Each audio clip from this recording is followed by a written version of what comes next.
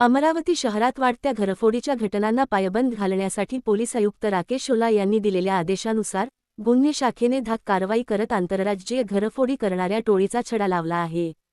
मध्य प्रदेशातील खरगोन जिल्ह्यातून सराईत गुन्हेगारांना ताब्यात घेण्यात आले असून त्यांच्याकडून एकूण 8 घरफोडीचे गुन्हे उघडकीस आले आहेत। या कारवाईत पोलिसांनी 18,07,500 रुपयांचा मुद्देमाल जप्त केला आहे। फ्रेजरपुरा पोलीस स्टेशनमध्ये दाखल असलेल्या घरफोडीच्या तपासादरम्यान हा गुन्हा रेकॉर्डवरील सराईत गुन्हेगार अशोक प्रतापसिंह शिकलीकर याने केल्याचे निष्पन्न झाले। आरोपी अत्यंत चाणाक्ष असून तो मोबाईलचा वापर टाळायचा आणि गुन्ह्यानंतर चारचाकीने पसार व्हायचा। गुन्हे शाखेचे पथक 6 मे रोजी मध्य प्रदेशात रवाना झाले। सलग 6 दिवस दुर्गम भागात शोध घेतल्यानंतर अखेर 12 मे 2026 रोजी सिग्नूर, जिल्हा खरगोन येथून आरोपींना ताब्यात घेण्यात आले।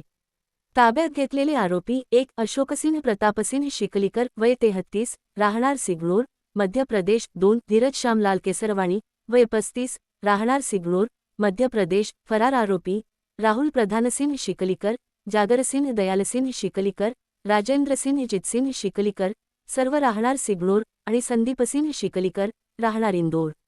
पोलीस सध्या या फरार आरोपींचा शोध घेत आहेत।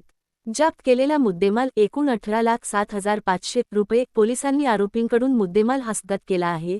सोन्याची लगड 37.5 ग्रॅम, किंमत 5,62,500 रुपये। चांदीची लगड 140 ग्रॅम, किंमत 35,000 रुपये। रोख रक्कम 10,000 रुपये। चारचाकी वाहन गुन्ह्यात वापरलेली कार, किंमत 12 लाख रुपये।